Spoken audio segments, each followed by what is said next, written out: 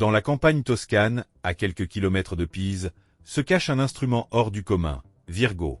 Cet interféromètre de pointe, fruit d'une collaboration franco-italienne, est l'un des yeux ou plutôt l'une des oreilles les plus sensibles jamais conçues pour capter les vibrations de l'espace-temps.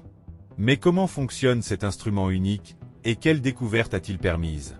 Plongeons dans les entrailles de cette machine à explorer l'univers. Virgo repose sur un principe simple mais d'une complexité technique vertigineuse, l'interférométrie laser de type Michelson.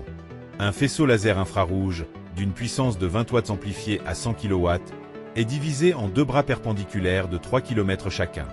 En temps normal, les ondes lumineuses se recombinent de manière destructive, aucun signal ne sort.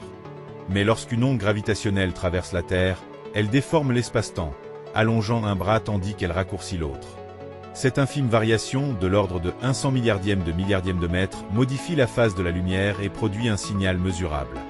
Pour atteindre une telle sensibilité, Virgo utilise des miroirs suspendus à des chaînes d'isolation sismique à 6 étages, appelés super-atténuateurs.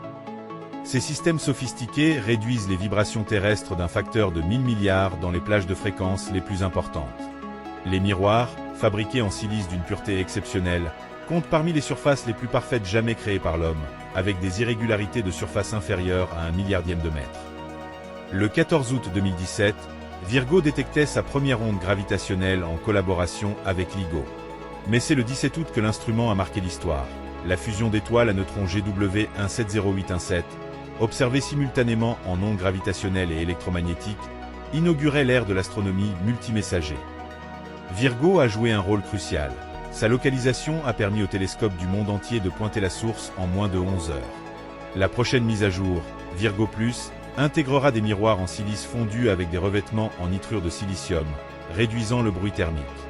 Le laser passera à 200 watts, améliorant la sensibilité d'un facteur 3. Mais le véritable saut viendra avec l'Einstein Telescope, un interféromètre souterrain de 10 km, capable de détecter les fusions d'étoiles à neutrons jusqu'au redshift Z égale 2.